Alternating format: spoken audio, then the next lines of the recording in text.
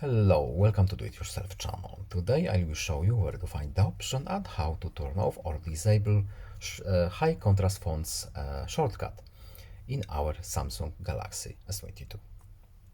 So right now we have our shortcut here under accessibility button shortcut on the bottom right corner.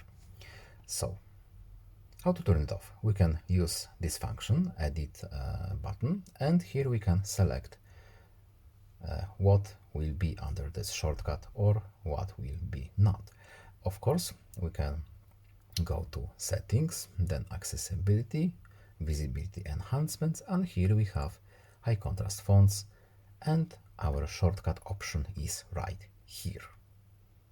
And it will be gone as well. So I hope this video was helpful to you. Please leave a like and subscribe. Have a nice day and see you in the next video. Goodbye.